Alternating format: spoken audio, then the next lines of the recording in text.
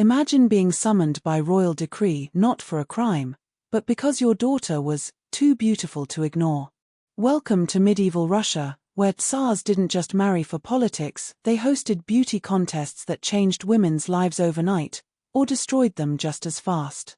Back in the 16th century, long before reality TV, Russia had its own version of The Bachelor, except the stakes were far higher. This practice, inspired by the Byzantine court, turned the selection of a royal bride into a nationwide spectacle. You might wonder why Russian Tsars were not choosing brides from other countries.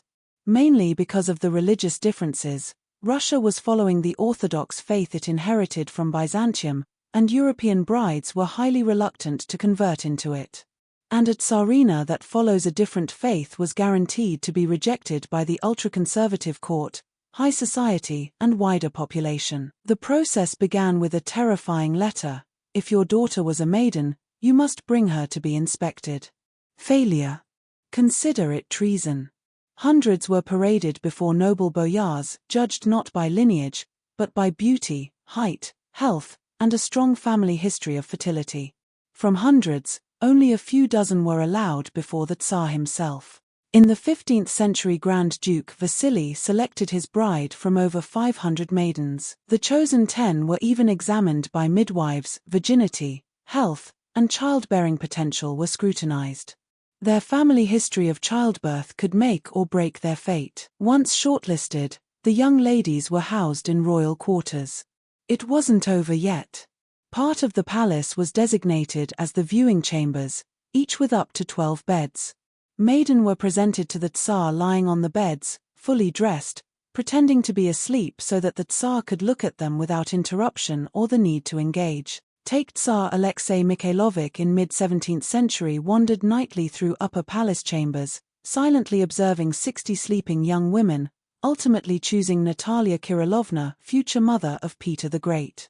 Historical records say that he walked those chambers a total of 19 times before making his choice. If a lucky maiden was finally chosen to be the Tsar's bride, that was a lottery ticket for her family.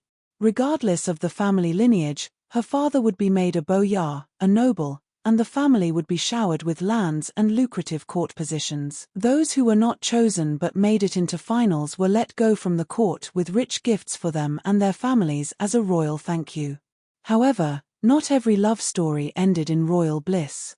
Behind the silks and gold, there were plots. Efimia Vevolozhskaya fainted after her hair was yanked too tightly in her royal dress rehearsal. Her enemies declared her epileptic.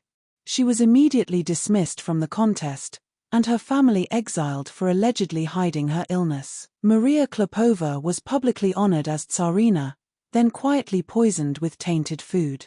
Her stomach turned, her reputation ruined, she was banished to Siberia while the Tsar wept and waited years before marrying again. Even Ivan the Terrible's bride Marfa Sobakina didn't survive long. She died mysteriously within a month. Many believed she was poisoned. Her tragic tale inspired the opera The Tsar's Bride. These weren't fairy tales. These were royal survival games. The crown glittered, but the cost? Everything. History hides its darkest romances behind palace doors.